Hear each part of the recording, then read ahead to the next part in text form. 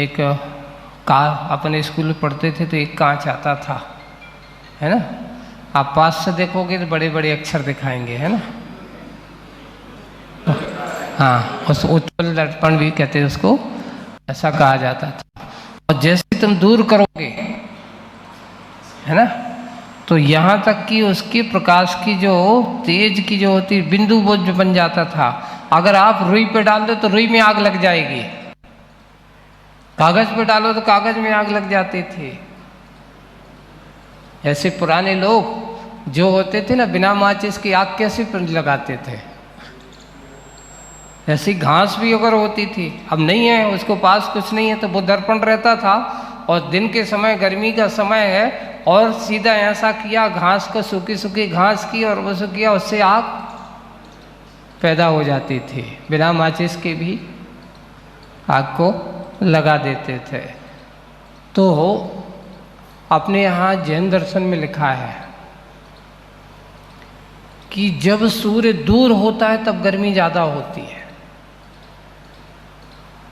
बाहर गलियों में जाएगा। अभी क्या है, अभी अपना सूर्य दक्षिणायन चल रहा है, अभी दक्षिण की गलियों में है, यानी मेरू के निकट वाली गलियों में है। और जैसे ही उत्तरायण होता है, तो उत्तरायण होता तो धीरे धीरे मेरू से, जैसे ये मेरू है अपना, ये मेरू है, तो अभी इससे करीब करीब 10 योजन ऐसे कुछ छोड़ करके ऐसे घूमते घूमते ऐसे बाहर बाहर आते आते ऐसा पीछे आ जाएगा। और जब यहाँ बाहर की सबसे ज़्यादा वो गलियों में होता है, तब सबसे ज़्यादा गर्मी होती है। यानी जितने मेरू से दूर सूर्य रहेगा उतनी ज़्यादा गर्मी होगी।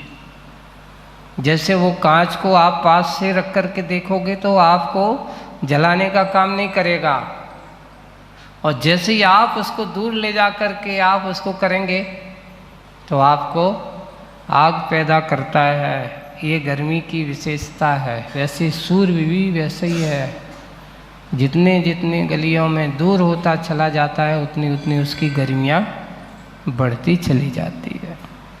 इसलिए अब उतनी बड़ी जब गली में पहुंचेगा तो उसको क्या लगेगा, एक घेरे को जब पास में रहता है तो पास का घेरा क्या होगा, छोटा होगा, और जब बाहर के घेरे में सूर्य होगा तो वो घेरा क्या होगा, तो उसको करीब करीब 13-13.5 घंटे लगते हैं पार करने में एक दिन को। इसलिए गर्मी के समय के दिन बड़े होते हैं और ठंडी के समय के दिन कैसे होते हैं, छोटे होते हैं। क्यों? क्योंकि यहाँ की गलियाँ, मेरू के पास की गलियाँ छोटी, तो जल्दी अस्त हो जाता है, ये विशेषता है। तो इसलिए दिन रात के बड़े छोटे होना ये सूर्य के ऊपर, सूर्य के गमन के ऊपर आधारित है। तो जब बाहर की गलियों में होता है तो सरपट अपन को लगता है कि अब धीरे धीरे चल रहा है। अब आप यहाँ से पूछते हैं, यहाँ से अगर आप नीचे से कोई विमान उड़ते हुए आकाश में देखते हैं तो आपको ऐसा लगता है जैसे धीरे धीरे चल रहा हो, जबकि उस विमान की गति 500 से 600 किलोमीटर प्रति घंटे की रफ्तार से चल रहा है वो। लेकिन हम नीचे से देखते हैं तो वो ऐसा लगता है कि धीरे धीरे जा रहा है। गति उसकी वहाँ ऊपर तेज होती है, गति तो उसकी वही है, लेकिन गलियाँ ज़्यादा होने की, क्या लंबाई दूरी होने के कारण से उसको उतना समय लगता है, इसलिए सरपट नहीं दौड़ रहा है। हमें महसूस होता है कि गर्मी ज़्यादा हो रही है, और गर्मी में जब ज़्यादा होती है तो लोग सोचते हैं अरे यार कब तक ये सूर्य ऐसा गर्म रहेगा, थोड़ी धूप कब ढलेगी, ठंडक हो जाए, ऐसा कामना करते। ये है। तो यहाँ पर भरसक प्रयास है, सरपट भागना चाह रहा है पर भाग नहीं पा रहा है भानु, सरक रहा है धीमे धीमे अस्ताचल की ओर। अस्ताचल की यानी अस्ताचल, जहाँ सूर्य अस्त होता है। और इधर ये सूर्य की बात, और इधर सर फट रहा है। क्या फट रहा है? गर्मी में आप खड़े होकर के देखो, एक साथ आपको कहा कि ज्येष्ठ मास की ऐसी तपती दोपहरिया में आपको धूप में खड़े होना है, कैसा उस अनुभव होता है? तो उन्होंने कहा है, और इधर सर फट रहा है, फल भार ले झुका है, और ऊपर से फल भी लिए लगे हुए हैं, इतनी गर्मी भी है, और फल से भरा पड़ा है, और फल से भरा हुआ सो उसको डालें कैसी हैं? झुकी हुई है। फल भार ले झुका है, तपी धरा पर नग्न पाद। तपी यानी तप करने वाला, ऐसा कौन? आम्र पादप खड़ा है, आम का पेड़, पादप का अर्थ है पेड़। आम्र पादप खड़ा है। आम पे फल कब लगते बताओ? मार्च और अप्रैल के महीने में। और पकता कब है? जब लगते हैं, और जाकर के मई जून तक उसके पकने के अच्छे जब समय आता है तो लगे हुए हैं। और जब आम के ऊपर फल लगते हैं तो उनकी डालियां कैसे हो जाती हैं? ऊपर से गर्मी और ऊपर से इतना सारा वजन, इतना सारा वजन उसको, किसके? आम्र पादप खड़ा है, वह आम्र का पेड़ इस तपती हुई धूप पर इतनी ऐसी तीप है कि उसका सिर फटा जा रहा है। सर फट रहा है, फल भार ले झुका है, तपी धरा पर नग्न पाद। वहाँ पर कोई उस लिए और दूसरे उसके ऊपर कोई छाया नहीं है कि भाई इसको धूप न लगे, नहीं। नग्न पाद, आम्र पादप खड़ा है, आम्र का वृक्ष खड़ा हुआ है अपने प्रांगण में, अपने प्रांगण में, उस अपने प्रांगण में दाता के रूप में। यहाँ उस दाता का स्वरूप दिया किसको? आम्र के पेड़ को दाता के रूप में, पात्र की प्रतीक्षा में, कि देखो कोई ऐसी गर्मी में चल कर आके आएगा तो वह दाता क्या करते हैं? अच्छे से उसको थोड़ा बहुत सुकून के तो कुछ क्षण दे सके। तो यहाँ पर अपने प्रांगण में दाता के रूप में पात्र की प्रतीक्षा में है कि कोई आए बैठे, कितना अच्छा लगेगा। वहाँ पर लो पुण्य का उदय आया है। किसका उदय आ गया? पुण्य का उदय आया है। कठिन परिश्रमी, हरदम उद्यमी, पदयात्री पथिक, बहुत जो कठिन परिश्रम करने वाला है, हमेशा बैठ कर के खाने वाला नहीं है। इस काल में तो बैठ के खाने वाले नहीं हैं, बिना परिश्रम के कुछ भी मिलने वाला नहीं है। क्यों? क्योंकि इस काल का नाम कर्म भूमि है। कर्म भूमि किसे कहते हैं? कर्म भूमि उसे कहते हैं जो करेगा सो पाएगा, है ना? और वो ही खाएगा। जो नहीं करेगा, बैठे बैठे देखता रहेगा, ताकता रहेगा, तो यहाँ कुछ भी मिलने वाला नहीं है। महाराज यहाँ बिना करे कुछ भी नहीं मिलने वाला। हाँ, बिल्कुल कुछ भी मिलने वाला नहीं है। आपको स्वयं करना होगा तभी मिलने वाला है। पुरुषार्थ करो पाओगे, चाहे वह मोक्ष सुख हो या सांसारिक सुख हो। दोनों सुख के बारे में कहा गया। मोक्ष सुख के बिना तुम अपने आप के संसार के विषय कसाय से दूर हो करके और अपने आप का ध्यान के ऊपर दृष्टि नहीं करोगे, तब तक तुम्हें मोक्ष सुख की प्राप्ति नहीं होगी। और संसार सुख की जब तक तुम ये काम जो चाहते हो उसमें अपने आप को नहीं लगाओगे, तुम्हें सांसारिक इंद्रिय सुख की भी प्राप्ति नहीं होगी। इसलिए कहा कठिन परिश्रमी, जो परिश्रम करता है वह हमेशा कठिन परिश्रमी कहा जाए। मूक माटी में आचार्य जी ने आदमी की व्याख्या की। आदमी किसे कहते हैं?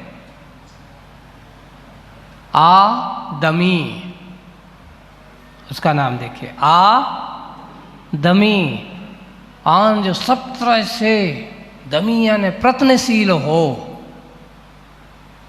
सब तरह से उद्यमशील हो, सब तरह से अपने आप के करने को सामर्थ्य करने वाला हो, पुरुषार्थी हो, उसका नाम आदमी है। इसलिए आदमी बनो, है ना, उन्होंने लिखा है, आप आदमी हो, आदमी बनो, इंद्रियों के दमी भी बनो और अपने आप को पुरुषार्थ के माध्यम से अपने आप को प्राप्त करो। सुख चाहते हो तो सुख तुम्हें अपने आप के हाथ में है, तुम्हें सुख मिलेगा, और दुख चाहते हो तो दुख भी तुम्हें मिलेगा। क्या चाहिए है, हमें आदमी बनकर के सही पुरुषार्थ करना चाहिए। इसलिए जो हरदमी उद्यमी हो उसका नाम आदमी है। हमेशा समय उद्यमशील जो रहता है उसका नाम आदमी है। हमेशा अच्छे कार्यों में पुरुषार्थशील रहता है तो उसका नाम आदमी है। अब लेकिन ऐसा नहीं महाराज, हम करते तो बहुत हैं। आज के समय में एक और बहुत चल रहा है कि आदमी दिमाग से तो बहुत काम कर रहा है, पुरुषार्थ भी कर रहा है, लेकिन गलत दिशा में पुरुषार्थ कर रहा है। कैसा?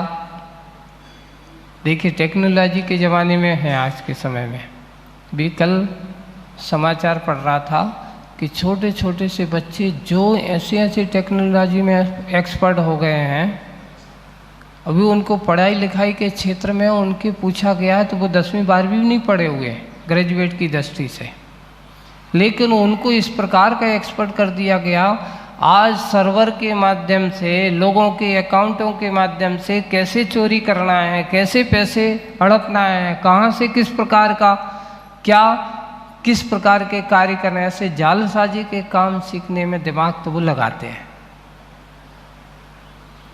तो ये है, उद्यम तो चल रहा है पर गलत दिशा में उद्यम चल रहा है, पाप के क्षेत्र में उद्यम चल रहा है।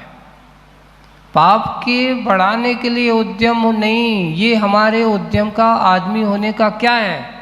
गलत कार्य है। आप अपना पुरुषार्थ गलत दिशा में कर रहे हो।